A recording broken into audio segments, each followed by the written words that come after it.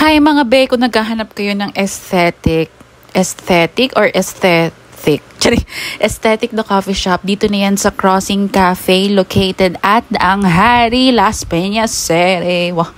Kung aesthetic talaga, ito na yun mga be, para hindi sila naubusan ng ideas sa pag-design ng place na ito. So 3 floors siya, napakalaki, may elevator, at yung first 2 floors yun yung cafes, tapos yung 3rd floor yung kanilang bar. So medyo maaga nito kaya wala pa masyadong umiinom. So next time dyan tayo. Kimi! So yun nga, dito lang kami sa cafe at buti na lang libre ako dito dahil mga be, medyo on the pricier side talaga ang kanilang mga drinks gets. So ayan na nga, tingnan nyo. Pasilip ko na lang sa inyo yung presyo. Pero ang dami rin naman pagpipilian. Meron din silang mga pastries at ang in-order ko lang ay itong kanilang matcha frap and itong mga breads na nakalimutan ko na ng mga title. Pero mga be, yung drinks nila sakto lang. Parang may mas masarap pa dyan. So yeah, just been here.